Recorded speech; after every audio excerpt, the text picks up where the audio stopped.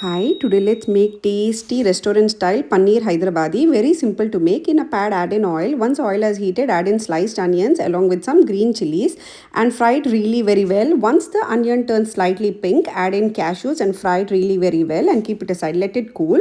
Now in a blender, you need to make a paste of coriander leaves, mint leaves, and then some basic spices, the fried onions and cashews mixture, and some basic spices like ginger garlic paste. Please note the measurement and the ingredients are on the screen. I've added in yogurt, turmeric powder. Here I'm adding in some Kashmiri chili powder. I'm adding in some garam masala powder, cumin powder, and next what I'll be doing is adding in some coriander powder. Blend it into a smooth paste and keep it aside. Now in the same pan I've added in oil. Now I'm adding in some whole garam masala like cloves, cardamom, bay leaves and cinnamon stick and fry it really very well till the flavors is infused in the oil.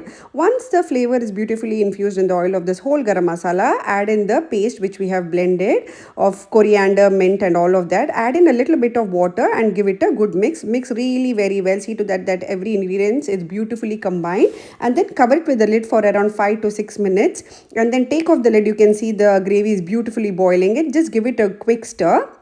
Next, add in salt to taste, and then just add in a pinch of sugar just to balance the taste and give it a good mix. Next, what I'm doing is adding in paneer. Here you have two options. Either you can add in the boiled paneer or just add the fresh paneer, or else you can fry the paneer and add. I like to just add the paneer, boiled paneer like this, because I like that malai fresh flavor of the paneer. It's completely your choice.